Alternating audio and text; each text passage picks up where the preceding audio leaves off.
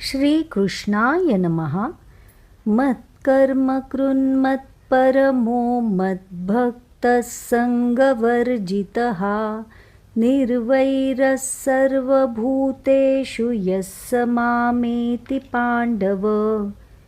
श्रीकृष्ण म्हणतात, अर्जुना, जो माझ्यासाठी कर्म करतो, मलाच सर्वोच्च मानतो, माझ्यावर प्रेम करतो, आसक्ती सोडतो आणि सर्वांशी निर्वैर राहतो, तोच मला प्राप्त होतो.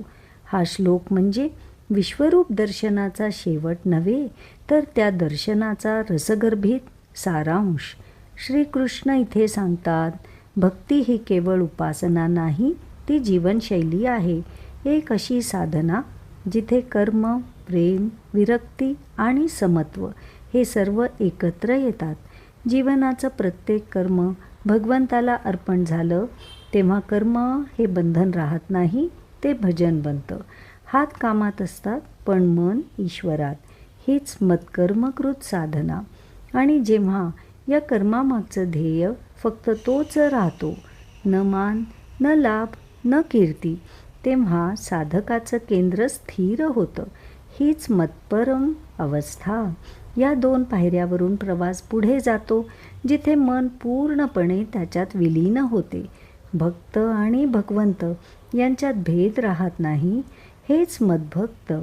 तादात्म्याचा प्रेमरूप स्वतःचं अस्तित्व विसरून त्याचं होणं.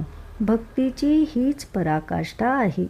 पण हा प्रवास इतक्यावर थांबत नाही, कारण तादात्म्य अनुभवलं की जगाशी असलेली आसक्ती आपोआप सुटते. न फळाची ओढ, न कर्माची भीती. सगळं सहज सोडून देण्याची कृपा लाभते. हाच संगवर्जित भाव. आणि तेव्हा साधकाचं हृदय इतकं विशाल होतं की कोणावरही वैर उरत नाही. प्रत्येक जीवात भगवंत दिसतो. तो मग सर्व भूतेषु निर्वैर होतो. हाच शांतीचा आणि प्रेमाचा अंतिम क्षण. हीच आहे पंचपदी साधना. कर्मातून सुरू झालेला प्रवास प्रेमात फुलतो, वैराग्यात शुद्ध होतो आणि शेवटी समत्वाच्या प्रकाशात विलीन होतो. भक्ती म्हणजेच प्रेम आणि प्रेम म्हणजेच तादात्म्य. हे तादात्म्य जिथे मी संपतो आणि तो उरतो.